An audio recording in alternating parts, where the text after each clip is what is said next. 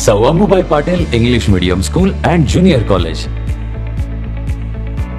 Pre-NDA Training Center, CBSE pattern and military pattern, approved by Government of Maharashtra. Sir Ambubai Patil English Medium School believes that a better future lies where and students can learn themselves. Graded excellent by state and CBSE pattern for systematic scholastic and co-scholastic work. At Sir Ambubai Patil English Medium School, academic subjects and extracurricular activities complement each other to develop socially skilled and healthier students.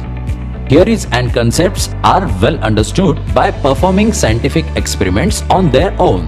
At Sir Ambubai Patil English Medium School, we encourage students to think independently and develop their own skills.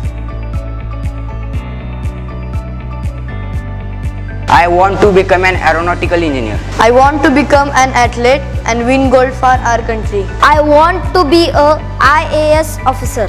When I grow up, I will build a school for poor children.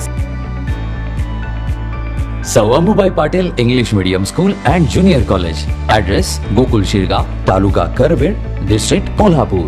9326617509 9371331176. Shirol तालुका खरं तर ह्या महापुरानं सर्वाधिक फटका बसणारा तालुका आहे.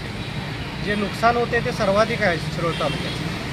आणि महापूर नियंत्रणासाठी म्हणून राज्य सरकारनं जो वर्ल्ड बँकेकडनं कर्ज घेऊन जो निधी उभा केलेला आहे, त्या निधीमधून सर्वाधिक पैसा खरं तर शिरोळ तालुक्यातल्या महापुराच्या नियंत्रणासाठी वापरायला पाहिजे होता.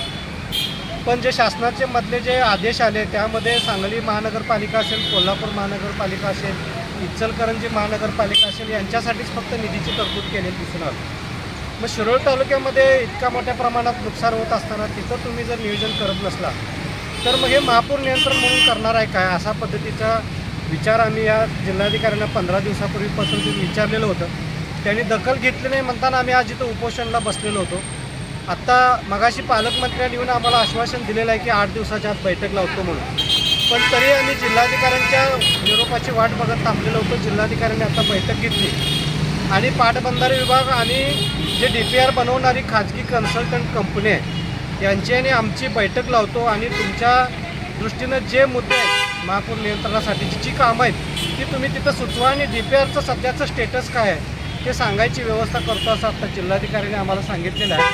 8 दिवसानंतरच्या बैठकीनंतर आम्ही पुढील आमच्या आंदोलनाची दिशा ठरवणार आहे.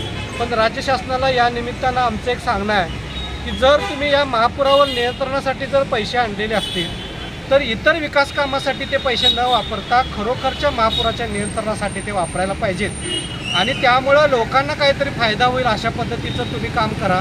ठेकेदारांचा फायदा होण्यासाठी यातून विकास कामं करू नका अशी आमच्या राज्य शासनाला या आंदोलनाच्या माध्यमातून आमची विनंती आहे. गोकुळ सोबत गोकुल.